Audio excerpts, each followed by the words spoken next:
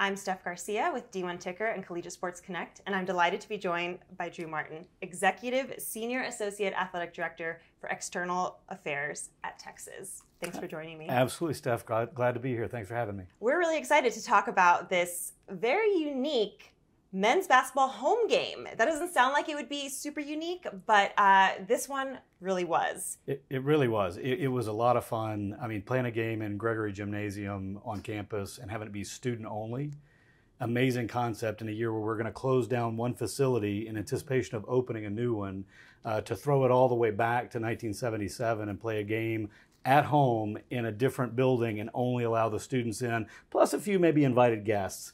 It was a really, really good time and a great idea. Where did this idea come from? It came from Coach Beard, and I love having Coach Beard at Texas. He gets it. Obviously, fantastic coach, X's and O's, one of the best in the business. But particularly for an athletic director like Chris Del Conte, who is so focused on the fan experience and everything that we do around the game, Chris Beard embodies that. I mean, he is a one-man marketing machine. I love having him in Austin because he comes up with these great ideas, and this was one of them, and it really was born out of trying to connect in at a deeper level with our student body. So both closing Irwin as well as connecting with a student and coming up with a student-only game in Greg Gym where we play volleyball is a fantastic idea. I mean, not only was it student-only attendance at the game, but there was that pre-party and that nice walk through the 40 acres over with Absolutely. Coach Beard. that was interesting because that happened on the fly and again from Coach Beard. He attended at one of our early, welcome back events called Gone to Texas, speaks to the student body, and makes them a guarantee that if they come and they sell out the student section at the first men's basketball game, he's going to throw a big party on that Tower Plaza out there. And Jay Hartzell, our president, got on Twitter. He backed it. Chris Del Conte backed it. And the next thing we know, Charles Branch, our marketing director, and Lauren Pinter, who's our marketing person in charge of men's basketball, suddenly they're putting together this giant party in conjunction with this game in Greg Gym. And then Coach Beard comes back and says, you know what, I want to go up and I want to take some of the guys up before a home game. Wow. Visit with the students. We want food trucks. We want a band. We want all kinds of things going on up there. And then I want to kind of march them Pied Piper style down to Greg Gym, which is a couple hundred yards away. Right. Where we had a great sponsor activation with American Campus Communities. They were fantastic. They set up a giant activation out there with all kinds of Papa shots and all kinds of basketball, a big screen TV. So, I mean, it was just one massive moving party that culminated in this game in Greg Gym. I mean, this is the beauty of alignment between President Hartzell, Chris Del Conte, Coach Beard, and yourself, executing a game like this in a, now a non-traditional arena for the student athletes and making it student-only attendance. That's a challenge. So can you give us a little glimpse behind the scenes of how you pulled that off and how your team came together? And you mentioned it, the alignment from the top down, from the absolute highest power down is critical in something like that. And the fact that we had this conversation well before the schedule was announced, well before season tickets were announced and released. So we were able to actually go ahead and plan this game without including it in the season ticket package and communicate it well in advance on the front end that this game was not going to be included as part of the season ticket because it was going to be a student-only event. We added on all of our promotional materials. So that type of forethought and planning was critical to pulling this off. Well, that was, you answered my next question, which was how did the season ticket holders react? And now knowing that they weren't really, or they were informed that this was not going to be a game for them, but seeing how much fun it was, what was the reaction afterwards? Well, we had a lot of folks really, and it gives us hope moving into Moody Center next year, where we're going from a 16,000 seat arena down to just 10,000 seats on campus. The season ticket holders were now trying to find a way. Can I come? How can I come? Are you sure that we can't fit one more in?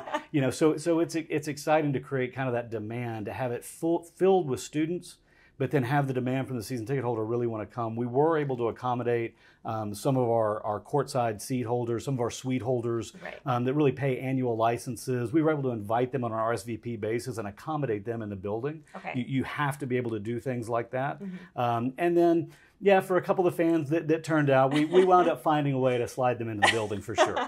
You know, a packed house is always going to be make for a really great game day. You got to love it. And the engagement. You know, we want to be able to reward the students that want to be there.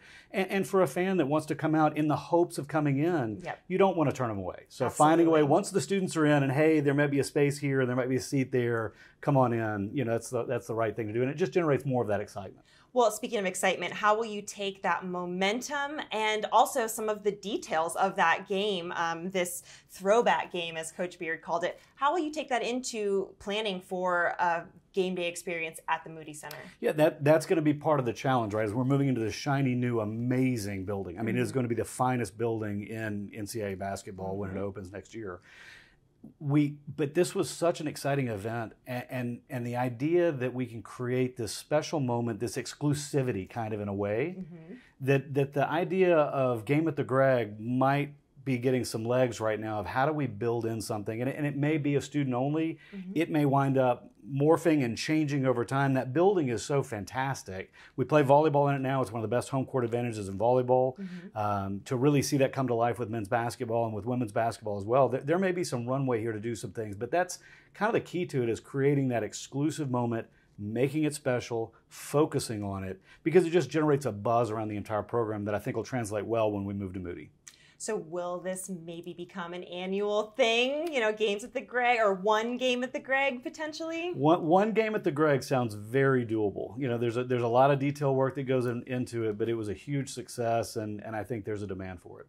So for your peers around the country watching this, you know, quickly, what were some of the advantages but also disadvantages to both having a student-only attendance policy, but also holding an exciting game in you know, in a historic or setting or a non-traditional setting? Sure. I think one of the biggest advantages was just getting the student body early in basketball season engaged with the program, having them turn out, and really giving us that platform to continue to communicate with them, throw them a great party, have a great time, and then bring them on into Irwin Center and then in the future into Moody Center. I think that's a huge advantage. You know, one of the disadvantages is obviously you're having to remanifest a building. Even though we do use it for volleyball, the court is much larger. You can't set the bleachers in the same exact configuration. You've got to figure out logistically, and our events facilities, ticketing staff, they did a phenomenal job of really reprogramming that building for basketball. Again, I mean, it's been 33 years. None of us here have done that. But to watch them work and to reset that. So that's a huge challenge, is just reconfiguring logistically the building when it's not been hosting basketball for a long time. That makes sense. Well, you know, to wrap this up, you had mentioned before we started rolling something about throwback uniforms. What was one of your favorite moments about this experience? You know, I think one of my favorite things in it, again, the advanced planning. We knew we were going to wear the throwback cream uniforms with the Longhorns burnt orange script across the chest on it. We were able to work with American Campus Communities, the sponsor for the game, to create replica jerseys of those to give out to the students. And so to have that kind of connectivity, again, this is student-only game. These are your classmates. These are your peers. Come support them and make this an annual tradition that we can get behind, and make it a tradition to come to men's basketball games regularly. Yes. Having that connectivity between the jersey and the shirts that we gave out was another really, really good kind of that icing on the top of the cake moment for the event. I love that. I love icing. So we will wrap. Thank you so much for joining us, Drew, and we are really looking forward to following along with what innovations you bring. Thanks for having me. Appreciate it. Hook 'em.